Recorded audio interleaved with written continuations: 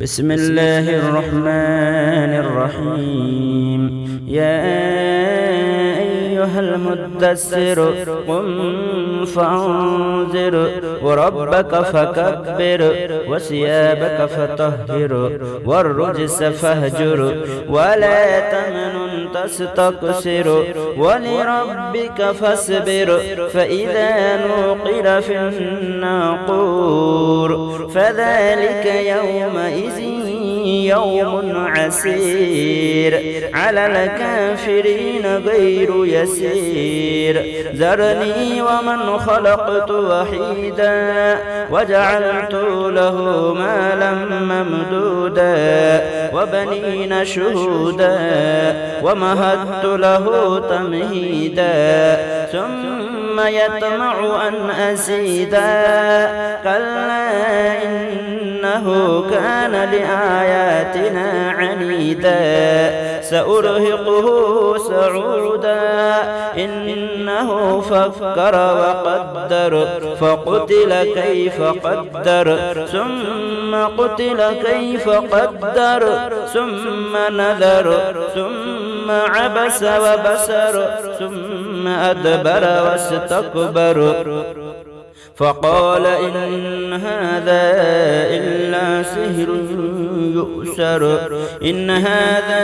إلا قول البشر سأصليه سقر وما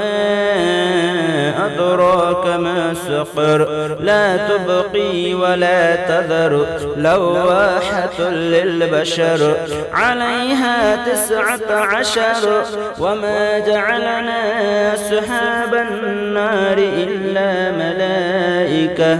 وما جعلنا عدتهم إلا فتنة للذين كفروا ليستيقن الذين أوتوا الكتاب ويزداد الذين آمنوا إيمانا ولا يرتاب الذين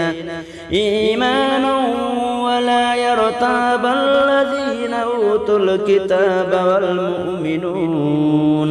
وليقول الذين في قلوبهم مرض والكافرون ماذا أراد الله بهذا مثلا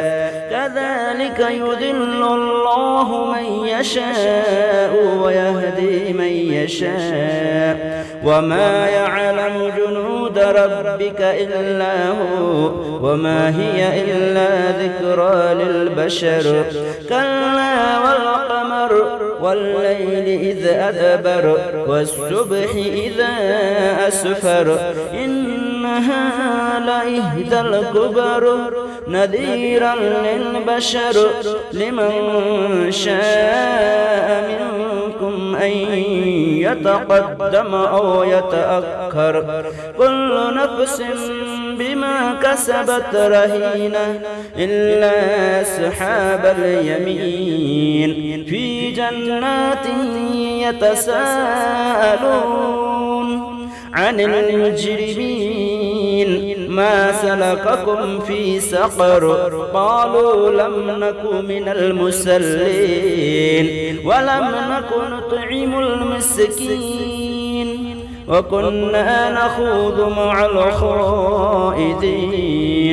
وكنا نكذب بيوم الدين حتى أتانا اليقين فما تنفعهم شفاعة الشافعين فما لهم عن التذكرة معرضين كأنهم حمر مستنفرة فرت من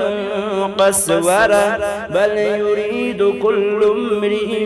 منهم أن يؤتى صحفا منشرة كلا بل لا يخافون الآخرة كلا إنه تذكرة فمن شاء ذكره وما يذكرون إلا أن يشاء الله هو أهل التقوى وأهل المغفرة.